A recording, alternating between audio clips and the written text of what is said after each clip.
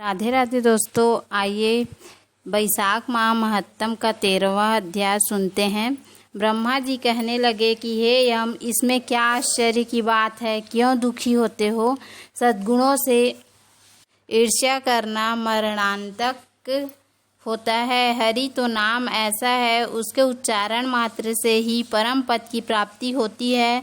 फिर ऐसे राजा के शासन में विष्णु लोक को क्यों न जाए, जिनकी जिह्वा पर हरि ये 2 अक्षर विराजमान हैं।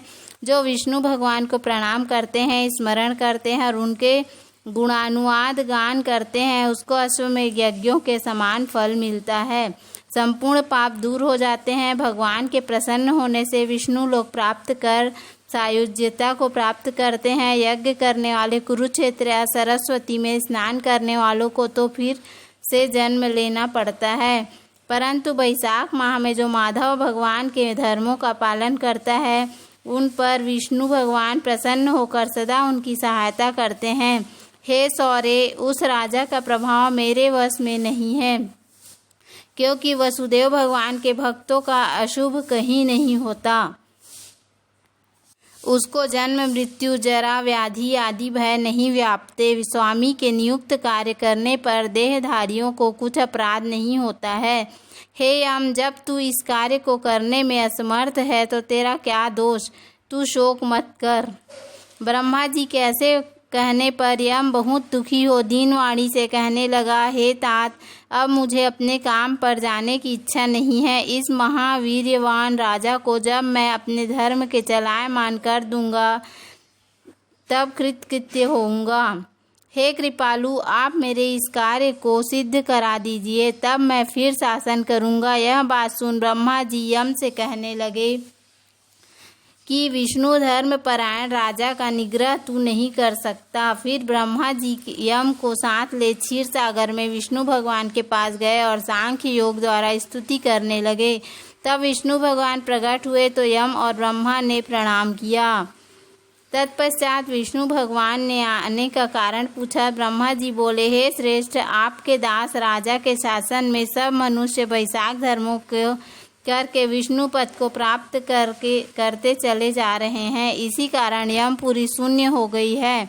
इससे अत्यंत दुखी होकर यह यम राजा से युद्ध करने गया और उसको मारने को दंड उठाया। तब आपके सुदर्शन चक्र ने इसे परास्त कर दिया, तो यह दुखी हो मेरे पास आया। हम आपके महात्मा भक्तों को दंड देने की सामर्थ्य नहीं रखते हैं, अतः हे महाविभो, हम आपकी शरण में आए हैं। इसलिए हे प्रभु, उस राजा को दंड देकर आप अपने यम की रक्षा कीजिए।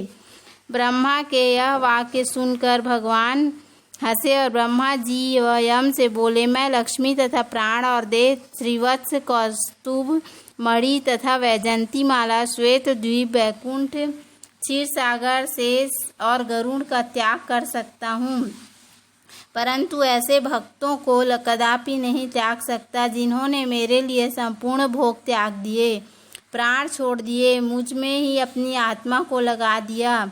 उन्हें मैं कैसे छोड़ सकता हूँ? उनमें से 8 सहस्त्र वर्ष बीत चुके हैं। अब 2 सहस्त्र वर्ष की आयु भोग कर वह मेरी सायुज्य भक्ति में को प्राप्त हो जाएगा। फिर अपने ही पाप से वेन जल जाएगा। तब मैं पृथु का रूप धारण करके पुनः धर्मों की स्थापना करूंगा और वैसाखोक्त प्रख्यात धर्म मनुष्य से कराऊंगा। इस प्रकार हे यम, तेरे कार्य की सिद्धि हो जाएगी, तो खेद मत कर। वैशाख के धर्म में निष्ठ महात्माओं द्वारा इस वैशाख मास में भी तुझे भाग प्राप्त होगा। राजा से भी तेरा भाग मिलेगा। तू खेद को छोड़कर पराक्रम प्राप्त होने योग्य बन।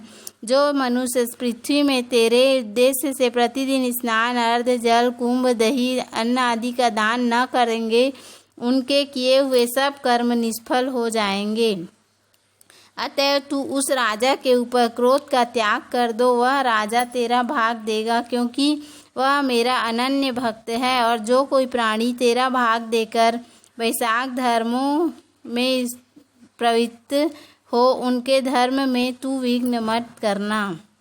अतः तू उस राजा के ऊपर क्रोध का त्याग कर दे, वह राजा तेरा भाग देगा, क्योंकि वह मेरा अनन्य भक्त है। और जो कोई प्राणी तेरा भाग देकर वैशाख धर्म में प्रवृत्त हो, उनके धर्म में तू विघ्न मत करना।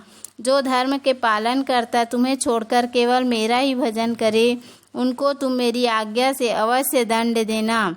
उस राजा से तुम्हें भाग दिलाने के लिए मैं अभी सुनंद को भेजता हूँ, वह वहाँ जाकर तुम्हें भाग दिलवाएगा। ये भगवान ने यम के सामने ही राजा को समझाने के लिए सुनंद को भेज दिया, जो राजा को समझाकर पुनः भगवान के पास गया। ऐसा यम को आश्वासन देकर विष्णु भगवान वहीं अंतर ध्यान हो गए तथा ब्रह्मा भी यम को समझाकर आज्ञा दे चले गए। यम भी कुछ प्रसन्न हो अपनी पुरी को चला गया। वैशाख के धर्मों में यम को भाग देने की सूचना करा दी कि अगर जो कोई धर्मराज का भाग नहीं देगा, उसके वैशाख में किए कर्मों को यमराज स्वयं ले लेंगे। वैशाख की पूर्णिमा के दिन पहले धर्मराज के लिए जल का घड़ा, दही तथा अन्न दान करना चाहिए। फिर पितृश्वरों के निमित्त, गुरु के निमित्त, पीछे अर्थात सबके बाद में जनार्दन मधुसूदन भगवान के निमित्त उनकी प्रतिमा बनवाकर धर्म के चलाने वाले गरीब ब्राह्मण को शीतल जल, दही, अन्न, तांबूल, दक्षिणा